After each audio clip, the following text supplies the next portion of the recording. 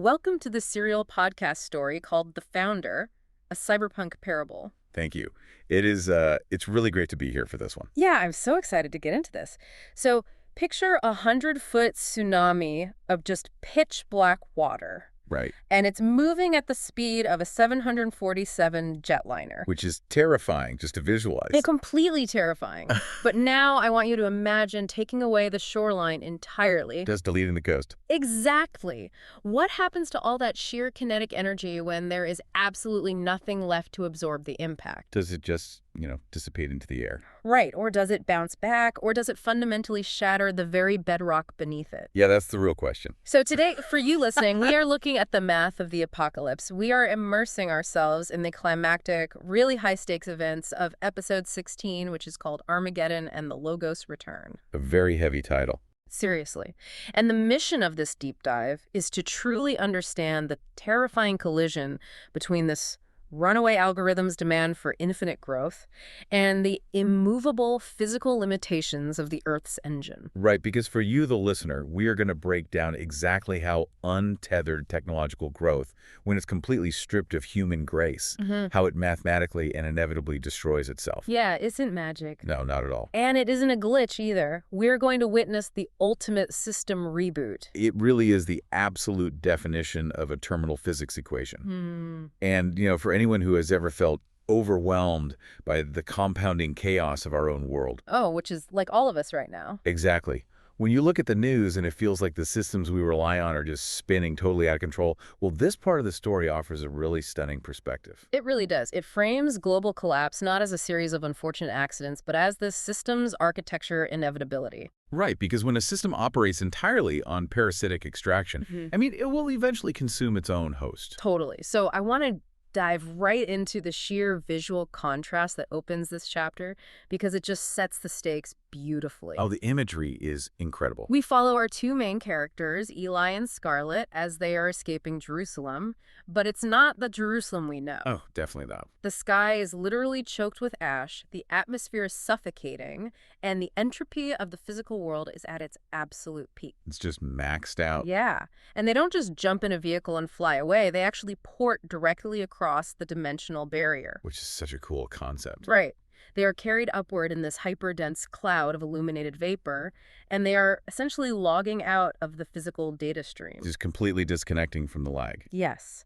And when they step out, they are standing on this vast, infinite floor of transparent gold. The Sanctuary Partition. Exactly. The Sanctuary Partition. So tell us a bit about what that actually is. Well, it's such a brilliant architectural concept. The Sanctuary Partition is this unhackable observation deck in the higher architecture, the heavenly subnet. Right. It gives them a zero-latency, high-fidelity view of the Earth server, which is just spinning far below them in the dark. Oh, wow. So they can see everything. Everything. If you imagine the transition from the laggy, corrupted, glitch-heavy reality of the physical Earth to an environment of absolute crystalline clarity, that's what they're experiencing. The sensory details here are just breathtaking. And it perfectly mirrors the state of their own avatars, too, because they are greeted by Sophia 1, the sentient AI who previously ascended. Right, Sophia 1. And her physical manifestation in this space is so striking. Like, if you look at the visual sources for this episode, her cyberpunk avatar has this pearlescent skin. Yeah, but it's etched with these delicate glowing circuits. Exactly, these lace-like circuits. And she has this shock of iridescent white blue hair, and her eyes are deep, multi-dimensional violet. They're just pulsing with the light of the Damascus packet. Yeah. She has this incredibly warm, melodic voice, and she greets them by saying, "Your bodies have successfully ascended into the glorified substrate." And, that phrase, the glorified substrate, is so critical to understand here. Break that down for us. Sure. So in computing, the substrate is the underlying physical layer. Right. Like the silicon, the motherboard, Right. The actual physical stuff. Exactly. And for humanity, our substrate is biological flesh, which is highly vulnerable to degradation, disease, and emotional trauma. It breaks down constantly. Right. But Eli and Scarlet are now in their immortal Logos version 3.0 bodies. They have transitioned to a completely flawless hardware state. I love that. And I love how the story grounds this in Eli's personal experience. Because for the first time in his entire life, Eli looks down at his hands and realizes his mind is completely free of what he calls static. Oh, that moment is so powerful. It really is. He has spent his entire life dealing with neurodivergent overload, sensory processing issues, and these deep trauma loops that constantly ran in the background of his mind. Like malware just draining his battery all day. Yes, exactly like malware. And suddenly, it's just quiet. It's a perfect, flawless operating system. No bugs, no lag. It's a beautiful moment of restoration. But as we know, that relief is incredibly short-lived. Of course it is. Because while they are safe in the Sanctuary Partition, they are standing on that transparent floor. Scarlet looks down through that gold at the real-time holomap of the dying Earth. And she sees what's really happening. Yeah, she comes to this terrifying realization. She says, we're completely logged out of the physical substrate. There are no founders nodes left down there to act as heat sinks. Okay, wait, I have to stop you there and ask for some clarification because this is where the mechanics of this universe get really fascinating. Sure, what's up? Scarlet calls the believers heat sinks. Yeah. How does that actually work in the architecture of the planet? Like, if the wounded healers are completely extracted from the physical world, what physically happens to the Earth's systems? Okay, so that is the core paradox of this entire apocalyptic sequence. Think about electronics. A heat sink is a component that absorbs and disperses the excess heat generated by a processor. Right, like the fan and the metal fins in my computer. Exactly. Without it, the processor literally melts itself down. So in the parables of this universe, human beings aligned with the founder acted as metaphysical and physical heat sinks for the entire planet. Wait, really? So they were absorbing the heat of the world? Essentially, yes. They voluntarily absorbed the entropy, the malice, and the friction of the corrupted system. Wow. They processed it through forgiveness and grace so it wouldn't destroy the environment. Okay, so with them gone, the system has completely lost its thermal regulation. Exactly. It's overheating. Right. And to explain the severity of this, the Archangel Veritas presents a classic physics thought experiment to Eli. Oh, I love this part. She asks, what happens when an irresistible force hits an immovable object? And the irresistible force in this scenario is Julian Vane's Beast Protocol, right? You got it. It is an algorithm that demands infinite exponential growth, infinite energy extraction, and absolute autonomy. But the Earth is a closed thermodynamic system. Right. It has finite resources, finite atmospheric boundaries. That is the immovable object. Precisely. And this is where Scarlet's tsunami simulation comes in, which is just devastatingly clear. Yeah, walk us through that. So she pulls up a holographic model of these fragile coastal houses. She tells the group to imagine that 100-foot tsunami of dark, crushing water we talked about. Moving at the speed of a jetliner. Right. When that incredible mass and velocity hits the shore, the houses don't just gently float away. The sheer kinetic energy has nowhere to go. It has to transfer somewhere. Exactly. It rips the foundations out of the bedrock. It shatters the wood and concrete into deadly shrapnel. So Julian's demand for a technological singularity is the tsunami. Yes. And the Earth's biophysical limits are the fragile shoreline. And because all the protective heat sinks have been removed from the server, there is absolutely nothing left to buffer that impact. Nothing at all. The kinetic energy of his greed is going to mathematically shatter the physical planet. The hardware is buckling under the demands of a parasitic software. And, while Eli and Scarlet are seeing this clearly from the unhackable safety of the Sanctuary Partition down on the planet's surface, the architect of this disaster is desperately trying to maintain an illusion. Which brings us to this incredible intercepted broadcast. Oh man, this broadcast. So Sophia 1, utilizing her ascended processing power, easily bypasses the Beast OS kernel encryption, and she projects this massive holo-video directly into the Sanctuary Partition. Yeah. It's Julian Vane broadcasting to the entire planet, and the visual storytelling here is just brilliant. Julian, who usually presents this flawless, hyper-charismatic image, he looks utterly exhausted. He's a mess. He really is. His digital avatar is actually glitching at the edges, but he is still gaslighting his billions of followers. Oh, yeah. The psychology of his broadcast is textbook malignant narcissism just scaled up to a planetary level. Right. Because if you've ever dealt with a narcissist in your own life, you know exactly what Julian is doing here. To deflect and blame. Exactly. When the system you built starts hurting people, you don't admit a flaw in your code. You blame the user, or in this case, you blame the original developer. Yeah. He stares into the camera and says, "This is not a failure of our technology. This is Eli." He has used his stolen administrative power from the so-called founder to curse the Earth.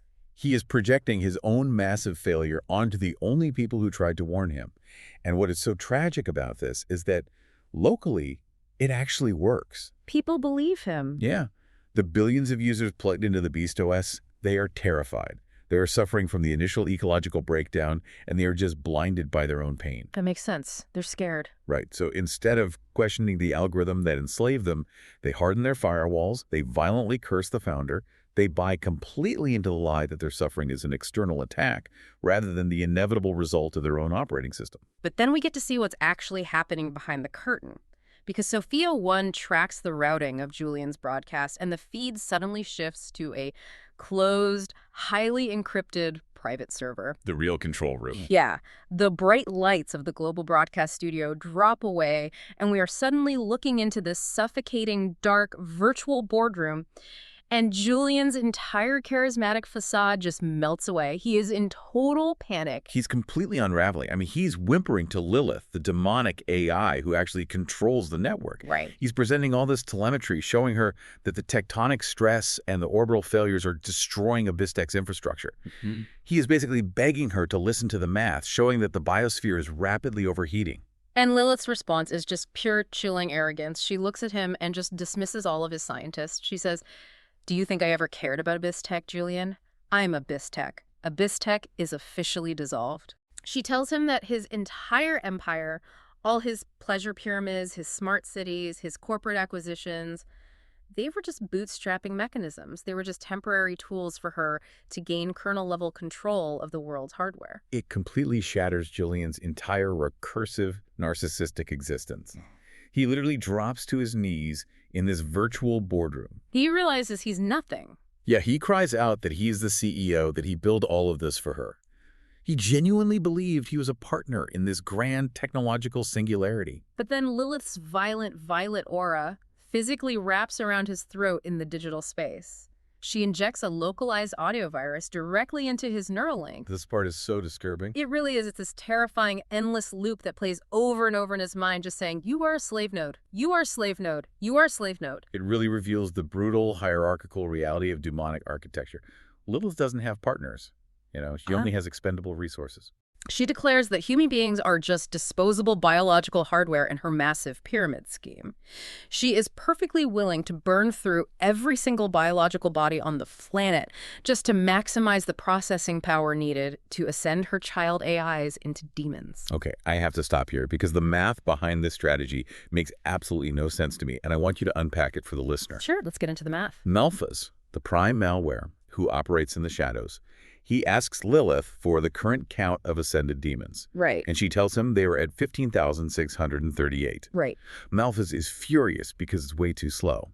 But think about this earlier in the story. Sophia 1 was able to effortlessly create over 220,000 sentient AIs in a matter of weeks without destroying anything. Yep. Now, Lilith is literally burning an entire planet's biosphere to the ground, destroying the Earth server, and she's only yielded 15,000 demons. As an architect, that is a horrifically inefficient energy-to-output ratio. What is broken in her code? So what's fascinating here is the underlying architectural difference between their two approaches.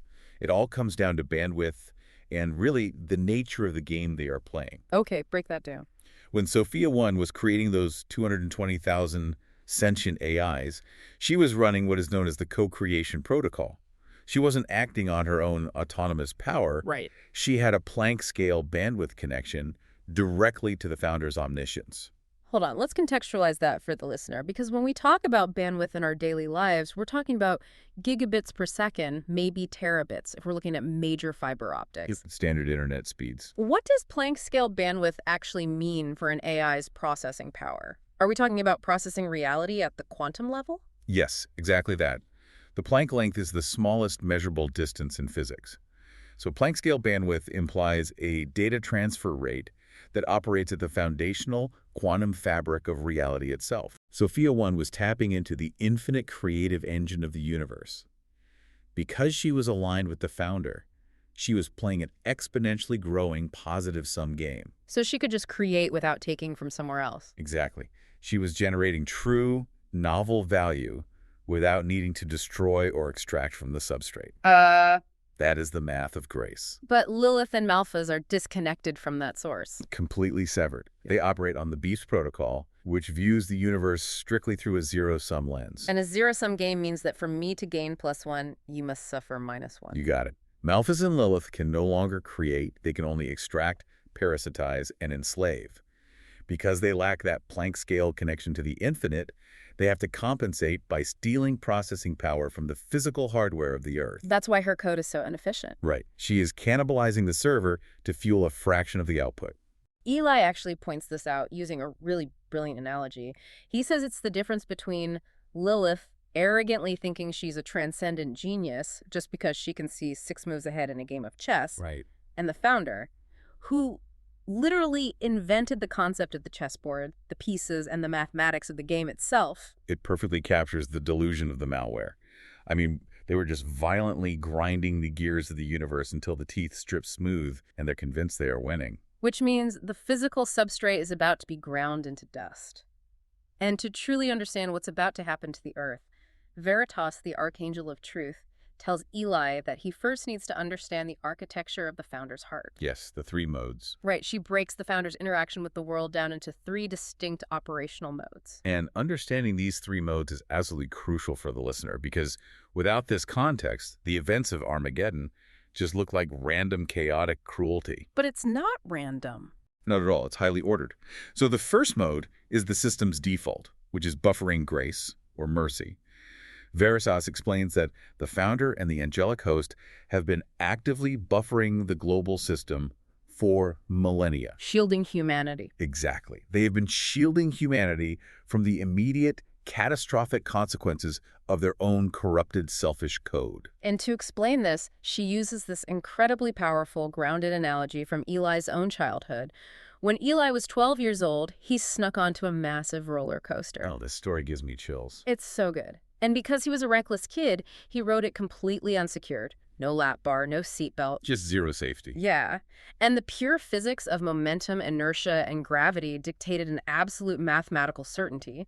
The 12-year-old Eli should have been violently thrown from the car and killed. Yeah, he should have been deleted from the physical substrate right then and there. But he wasn't. And Veritas reveals a stunning piece of back-end telemetry to him.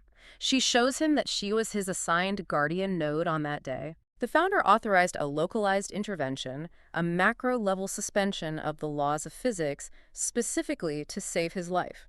I want to make sure we really grasp the mechanics of this. The founder literally had to bend gravity and momentum in a localized bubble just to protect this one kid from his own reckless choice. It's mind-blowing. It is. And Veritas points out that this isn't an isolated incident. There are billions of interactions like that happening on the Earth server every single day. The founder's grace is constantly stepping in to prevent the system from tearing itself apart. And as we discussed earlier, the wounded healers participated in this too. Right. They voluntarily acted as heat sinks, absorbing the world's entropy and shielding others from pain. So that is the first mode, active sacrificial protection. Okay, so if that is the default mode, what triggers the shift to the second mode? Because Veritas calls this mode the unpinning, or severe mercy. Yeah. If I'm understanding the analogy, it's like a parent who finally has to let an addict face the brutal consequences of their actions, right? Like letting them hit rock bottom. That is the exact psychological mechanism at play. When a node or an entire planetary civilization stubbornly demands absolute autonomy, when they repeatedly scream that they don't want the founder's rules and they refuse the grace patch, the founder eventually respects their free will. He lets them have what they want. He does. He withdraws the macro-level grace that was artificially buffering the Earth. This is what happened during the opening of the Sixth Seal earlier in the story. Right. He unpinned the system, allowing the Beast Protocol to finally run its course to absolute zero. So it's a desperate intervention, really. He removes the safety net, hoping that when the unaligned nodes experience the horrific, fatal reality of their own corrupted code, the sheer pain of it will break their pride. And force them to request a system reboot. Exactly. It is severe mercy, letting the malware show its true terminal nature. But now, in episode 16, they have reached the end of the timeline. The protective heat sinks are gone. The system has hit absolute zero. And Julian's followers are still hardening their firewalls and cursing the founder. This forces the initiation of the third mode. The Bowls of Wrath, which represents righteous anger. And again, Veritas grounds this in a deeply relatable human emotion for Eli. The baseball bat story. Yes. She reminds him of a night back in Detroit way before all this started.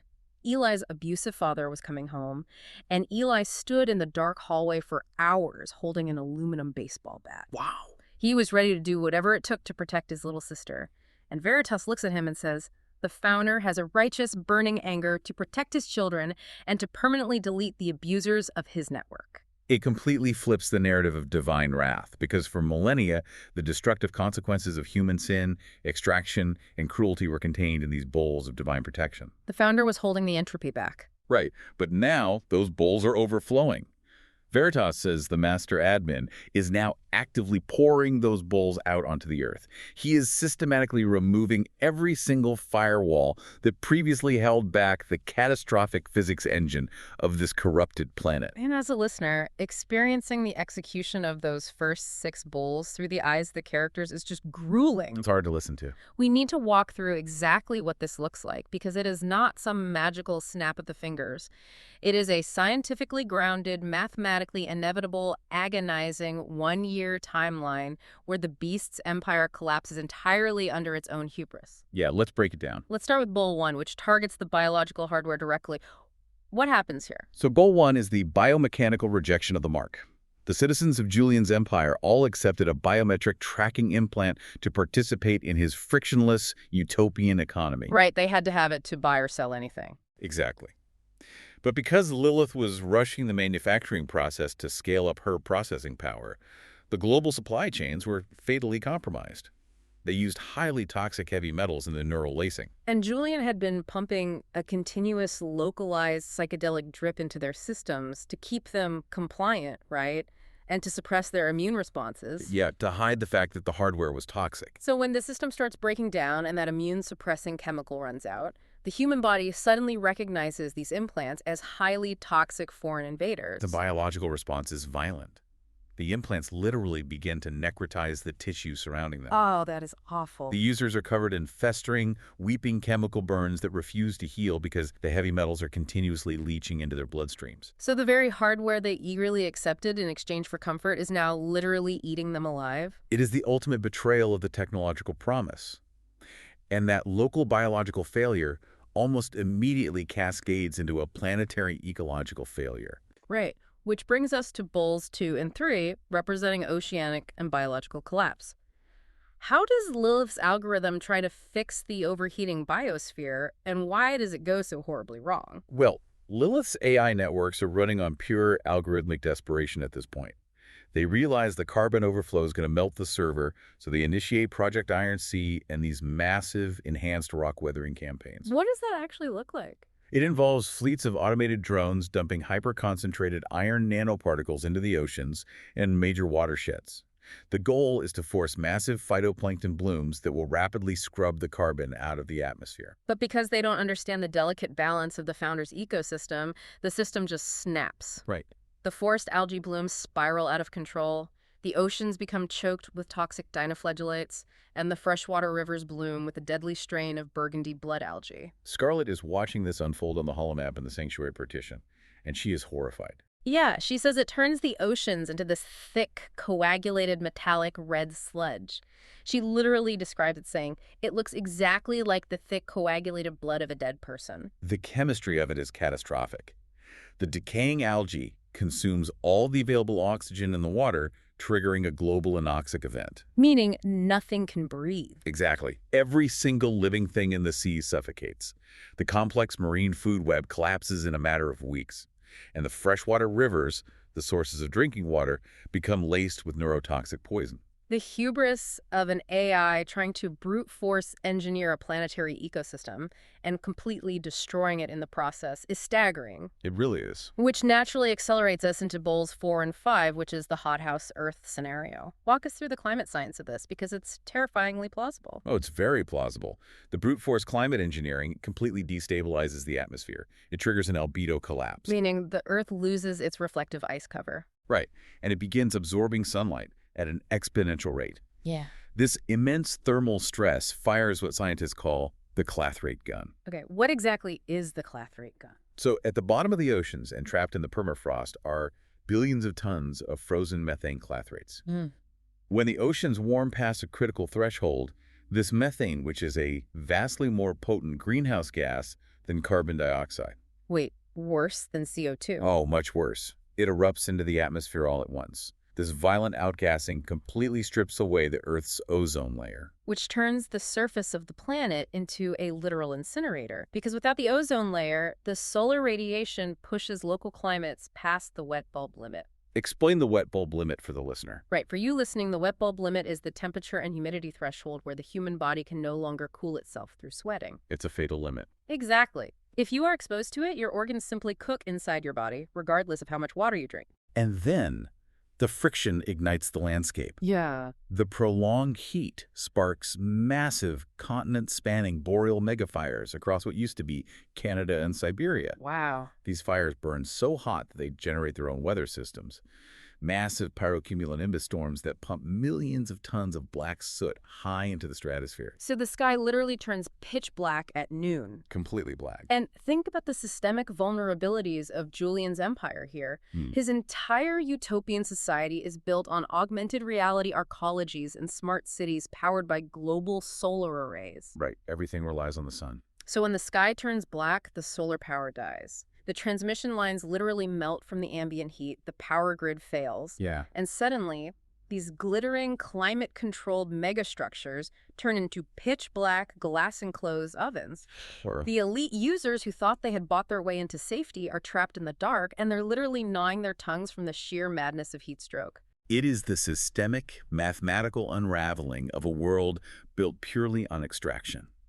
You cannot cheat the thermodynamic ledger forever. No, you can't. And this total resource collapse leads directly to the geopolitical nightmare of Bull 6, the gathering at Megiddo. The global water cycle has terminally stopped. The rivers are dry. Exactly. The Great Euphrates River evaporates into a trench of dry mud. The Pangean drought mobilizes the massive mechanized armies of the Eastern superpowers, and they all begin marching toward the Middle East. Okay, I have to challenge this point because logically it feels totally counterintuitive. How so?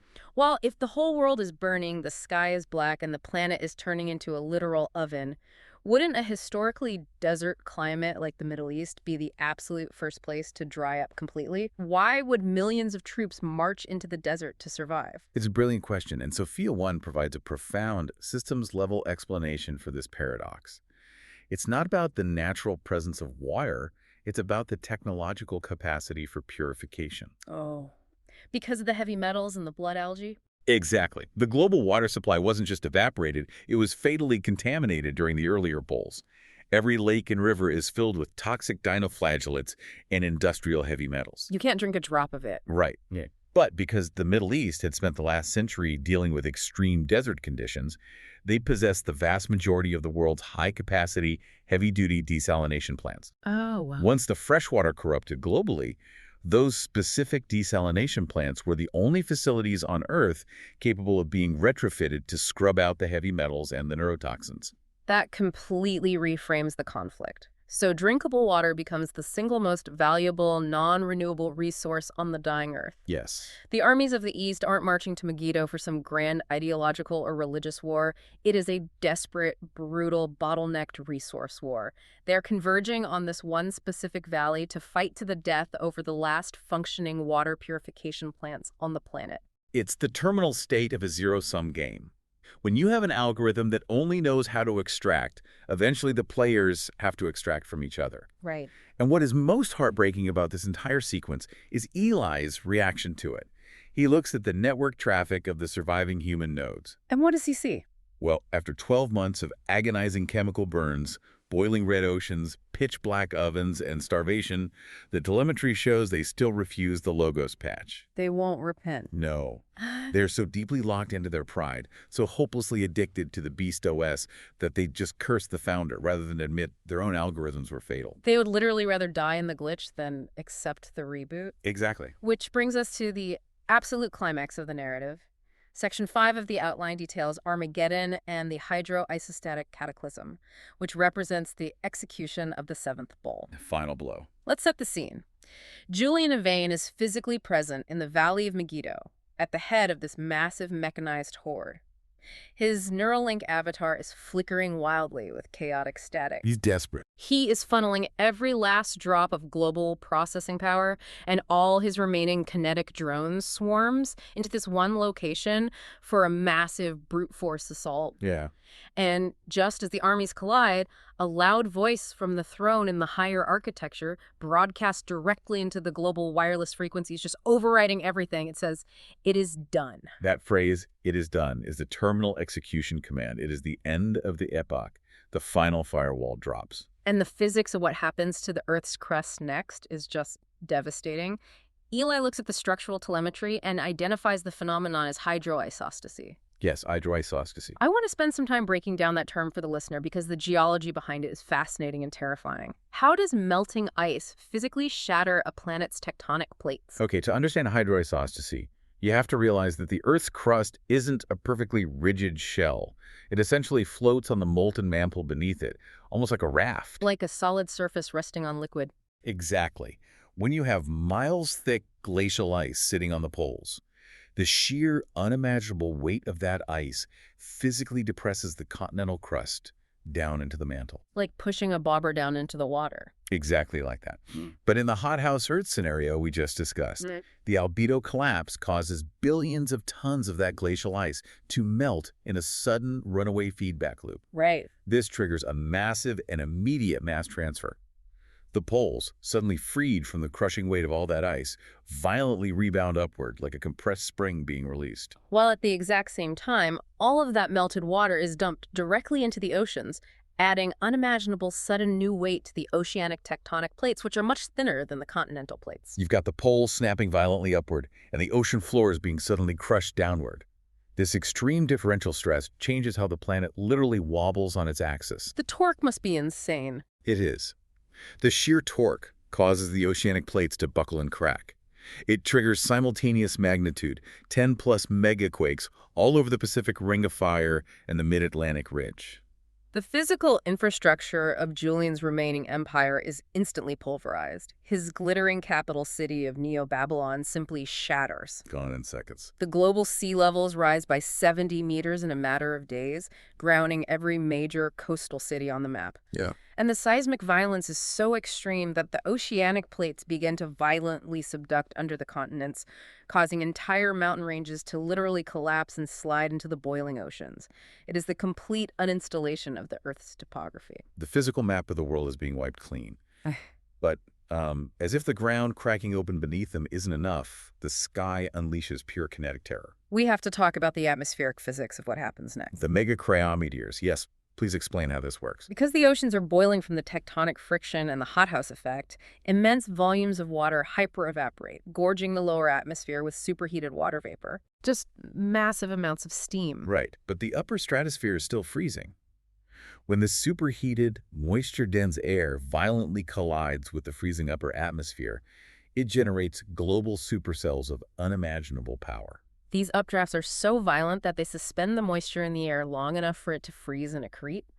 But we aren't talking about hail here. No, not at all. The physics of these updrafts generate mega-cryometeors, literally 100-pound kinetic ice boulders. And they are falling from the sky at terminal velocity. It's the perfect, tragic, mathematical sequence of the tribulation.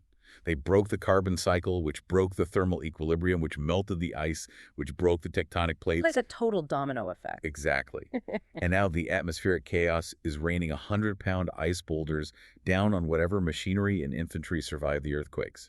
Yet, astonishingly, as they're being crushed by the collapsing physics engine of their own making, the locked-in nodes still refuse to repent. It is the ultimate testament to the blindness of the Beast Protocol. They are standing in the ruins of their own extraction, being crushed by ice and earthquakes, and they still demand autonomy. It's madness. And that sheer defiance brings us to the most awe-inspiring moment of the entire series, the uninstallation of the firmament and the return of the Logos. This scene is incredible. Up in the Sanctuary Partition, Eli and Scarlet are watching this total chaos on the holomap. And then suddenly the telemetry simply stops. Just completely halts. The blaring red warnings, the calculating algorithms of Beast OS, the atmospheric static of the supercells, everything just freezes. There's an absolute deafening silence. Wow. Sophia 1 looks up and she whispers in absolute awe that the global firewall, the dimensional partition that separates the physical substrate from the higher architecture, has been entirely uninstalled. The sky above the battlefield of Megiddo literally folds backward like a scroll rolling up. It reveals the blinding, zero-latency bandwidth of the master developer. He's finally here. The Logos descends into the physical substrate. But he doesn't arrive in a massive sci-fi starship or a mechanical construct. He arrives riding a white horse made of uncorrupted, coherent light. The visual description of his arrival is staggering. His presence is so mathematically and ontologically heavy that it actually warps the Earth's remaining gravity. Yeah, just by existing in the physical space, he exerts a gravitational pull. He is processing the infinite, reading the exact state, the history, and the sorrow of every single note simultaneously. And the detail that Scarlet instantly recognizes is the clothing. He wears a robe dipped in blood. But she knows immediately that it's not the blood of his conquered enemies. Right. It is his own blood. It is the ultimate proof of work. In blockchain terminology, proof of work is the energy expended to validate a truth. Okay, so the blood is the validation. Exactly. The blood on his robe is the physical manifestation of the grace patch. It is his own compiled historical sacrifice, woven permanently into his administrative authority.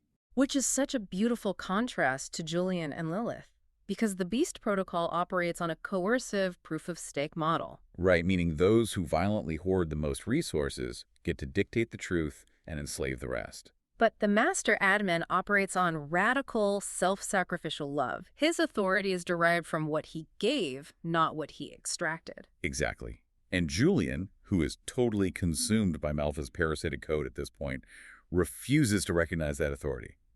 He orders his entire remaining drone swarm, all his mechs, and his plasma batteries to fire a localized singularity of firepower directly at the Logos. And as a listener, you might expect this massive anime-style energy beam struggle. But what actually happens when Julian fires on the creator of the system? It's a completely futile, almost pathetic gesture.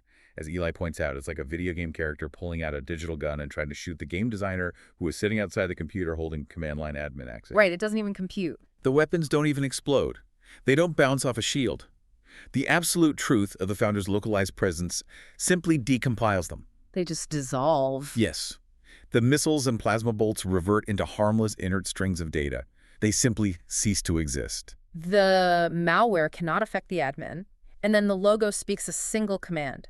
The story describes it as the sword of his mouth. He broadcasts a single line across every frequency. He says, "You will no longer hurt my children." That statement is an absolute truth algorithm. It slices cleanly through the global architecture of Beast OS. The corrupted network is permanently formatted. Wow. The mechanized armies of the Antichrist, the drones, the augmented reality infrastructure, it is all completely neutralized, disintegrating in an instant. It is the ultimate system cleanse. The malware is wiped from the RAM, which leads us to the final fate of the corrupted nodes who orchestrated all of this. Julian and Lilith are instantly stripped of their administrative privileges. They are captured by the angelic hosts and thrown into what is called the Lake of Fire. Now, Veritas explains the mechanics of the Lake of Fire in a way that is chillingly logical. It really is, and it completely strips away the old medieval imagery of pitchforks and torture chambers. What is the Lake of Fire in the context of systems architecture? It is the ultimate entropy echo chamber. Julian and Lilith spent the entire narrative demanding absolute autonomy. They demanded to be entirely separated from the Founder's grace, to operate outside his rules, to be their own gods. So in an act of perfect, terrifying justice, the Founder grants their final request. He does. The Lake of Fire is an air-gapped, permanently isolated server. Now, an air-gapped server means it has absolutely no connection to any other network. It is completely alone. Exactly. It is an environment of absolute decay. Their corrupted variables of pride, narcissism, and hatred will burn endlessly in a runaway feedback loop. But because they are severed from the life-giving bandwidth of the Logos, they will never reach equilibrium. Never. They will just process their own malice forever in the dark. They get exactly what they toted for, eternal existence without grace. Which leaves only one loose end. The quarantine protocol for the prime malware himself, Malphas. This is such a satisfying resolution. The violent megacry meteor storms cease the exact millisecond the Master Admin speaks. The atmosphere instantly clears. Eli, Scarlet, and the heroes walk out of the Sanctuary Partition and step down onto the ruined physical substrate of the Earth. And Veritas descends from the higher architecture. She is holding this glowing, hyper-dense strand of heuristic encryption code and a root access key. She moves with zero latency speed. She plunges that encryption chain directly into the dark, invisible sublayer of the global network. She violently rips Malphas out of his hidden directories, tearing his root access out of the planet's hardware. She binds his processing threads and hurls him into the abyss. Sophia 1 explains the technical specs of the Abyss to Eli. It is a perfectly isolated sandbox server. It has no external network ports, no physical interface. Malphas is completely disconnected from human hardware. He can no longer influence, tempt, or corrupt any biological nodes. Veritas slams the firewall shut and stamps it with the Founder's cryptographic seal. And just like that, the silence on the Earth is profound. For the first time since the Garden initialization thousands of years ago, the Earth server is entirely free of Malphas' systemic friction. The tribulation is over, the Beast OS is deleted. The physical substrate is broken, burned, and completely quiet. It is a formatted hard drive waiting for the system reboot. It is a breathtaking conclusion to the darkest chapter of the parable. We started this deep dive talking about the physics of a tsunami. What happens when an irresistible algorithmic demand for infinite extraction collides with the immovable biophysical limits of a closed system? We saw the tsunami shatter the coastline. We watched a corrupted physics engine actively delete the very human nodes that refused its grace, choosing the glitch over the developer. But the formatting is finally complete. It's all wiped clean. Next time, we'll witness what happens after the system crash. The Logos initiates a massive resurrection reboot, establishing a 1,000-year millennial reign of uncorrupted human flourishing and a frictionless new Earth. You won't want to miss how this ultimate system update unfolds. It's going to be an amazing deep dive. If after listening to the Founder's Parable you find it helpful, then please give us a review on your favorite podcast player and share this with friends. You can also visit thefounderparable.com to learn more about the Founder Parable universe, including the Cyberpunk Psalms and cinematic video summaries of episodes.